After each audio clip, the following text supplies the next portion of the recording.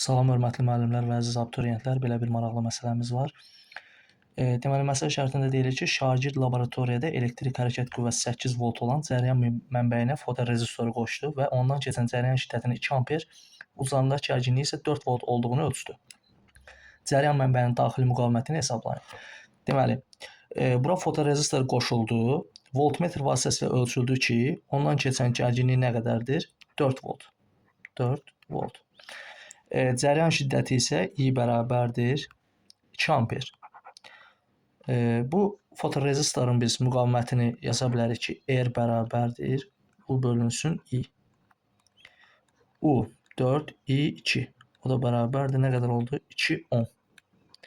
Deməli, fotorezistorun xarici müqaviməti oldu 2 ohm. Daxili müqaviməti soruşur. Bunun üçün biz buradan gələn cəryanın, elə baxın, buradan gələn cəryanın ampermetr vasitəsilə ölçülməsi nəticəsində 2 amperi görə bilərik. Çünki buradakı bu 2 amper elə fotorezistorun cəryanını ölçür. Axan cəryan şiddətini ölçür. Buradan fotorezistorun üzərindən keçən cəryan şiddətini ölçür. Onda yaza bilərik I bərabərdir epsilon bölünsün R plus R. Burada artıq biz kiçik R-i tapmaq üçün ifadələri gətirib yerinə qoysaq 2 bərabərdir elektrik hərəkət qüvvəsi 8 volt. 8 bölünsün xarici müqavimət 2 ohmdur plus kiçik R. Onda 4 plus 2 R vurub atsaq bərabər 8-ə